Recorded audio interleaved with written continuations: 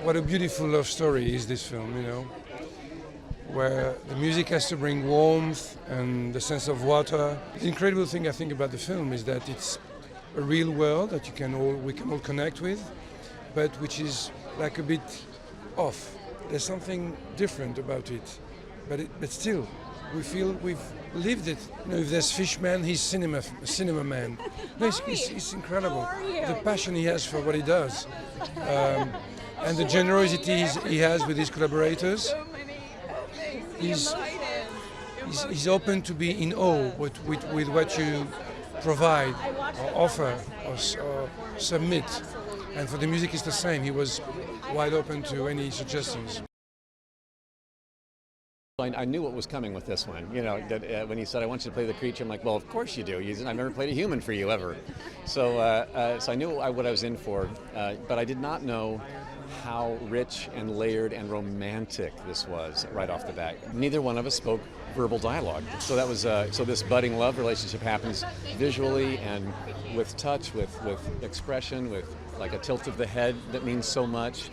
We played music and danced together, and so we had a lot of communication that happens non-verbally. Physically, this was one of the harder ones for me because we shot some dry for wet, meaning I was hanging on a harness on wires, doing this, acting like I was in water with an effect added later, or actually underwater, holding my breath in an 8-foot tank, trying to act like I'm fine, I live here all the time. I'm actually a guy in a suit who's gasping for air. So it had its challenges for sure. This cast, my gosh, how lucky was I to be among this many decorated actors and this close to Sally Hawkins for most of the movie for me was just she's magical. She's sprinkled with pixie dust. They're in for a love story with very high stakes. A love story that looks impossible, but somehow it becomes possible, and you find yourself rooting for these underdogs and these people and beings that are not welcome in the whatever world they are in. Well, the idea was to make a love story unlike anything you've ever seen, sort of a very, very modern retelling of Beauty and the Beast in a way, but very emotional, very sort of involving for an audience, not distant, not ironic, not cynical, beautiful. It actually makes it better because love is about looks, you know? People recognize the person they fall in love with, they're gonna fall in love with one look. And the movie is very powerful, purer, I think, because of that, because it's not about what they say, it's about who they are and how they recognize each other. I wrote it for them because I think that they have faces and they have energy and they have just a power as actors that combined creates a really, really special mix. Sally Hawkins is one of the most beautiful, luminous faces in cinema today, and to write, it's like writing a song for a singer, specifically for the range. Well, it was a few things. It was something that Guillermo wanted to do, which is what you want to do, because I'd worked with him before and I knew it's generally a special experience.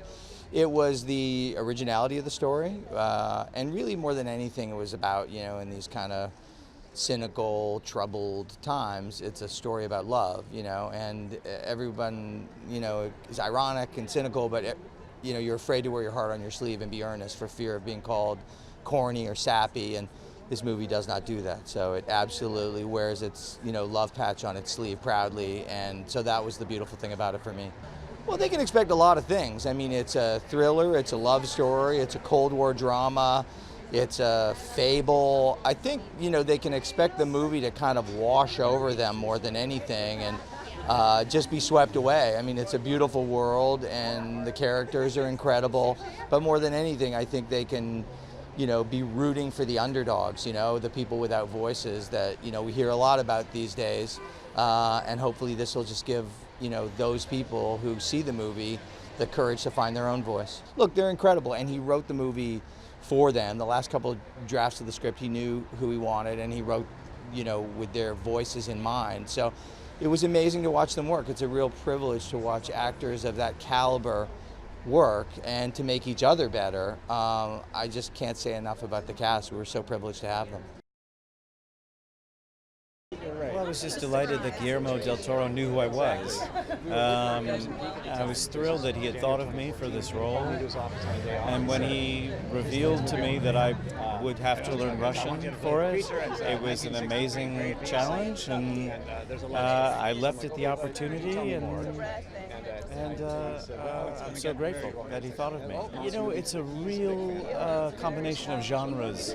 It's a little bit of a Cold War thriller. It's a little bit of a romance. There's a bunch of magical realism in it with our fantastic creature to my right here.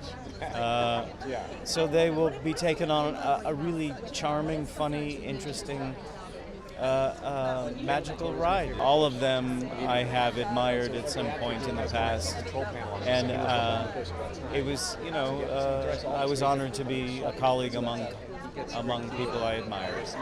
It feels like we touched a nerve somehow or another, maybe.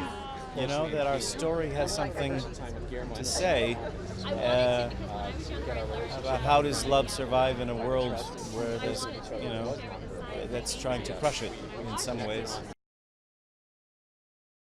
Oh, I thought it was beautiful. I knew all of the subtleties that he had written in for, you know, the disenfranchised. You know, my character represents that. And the fact that he uses a gay man, closeted gay man, and Richard Jenkins' character, Giles, to speak for his two leads. It's beautiful. Well, it's an honor. I mean, I've been a fan of Guillermo's for years, so to hear that he wanted to meet me, that he had written a part for me, I'm like, I'm in. Sally's character may not be able to speak with her voice, but she definitely speaks. And the thing about the merman is he learns to speak our language and she learns to speak his language. And I think it says a lot about people with differences and how we learn to communicate and how we have to learn to communicate with each other. So there's some beauty within the texture, I think. You know, it's a chance to work with one of the great ones, and the script was phenomenal, so yeah. He sent me an email. He said, I want you to play Giles. I hope you love it as much as I do. And I read it, and I sent back the email the next day and said, I think I do, and that was it. They can expect some fabulous performances, a beautiful story, shot in the most incredible way, and conceived by a genius. Other than that, not much, you know. I just love Sally Hawkins. I love her, and she's so fabulous in this movie. And we were supposed to do a movie a few years ago, and it fell through, and I adore her. And Octavia, they're now my friends. It's like great. Michael Stuhlbarg, Michael Shannon, who I love. And Doug behind all the, you know, the rubber. We chatted a lot. And you know, it's fun. Look, if you do this, if you're an actor in movies for a living and you don't like it, man, you got to draw it, please. Yeah, no, it was incredible. I heard about it initially before there was a script, and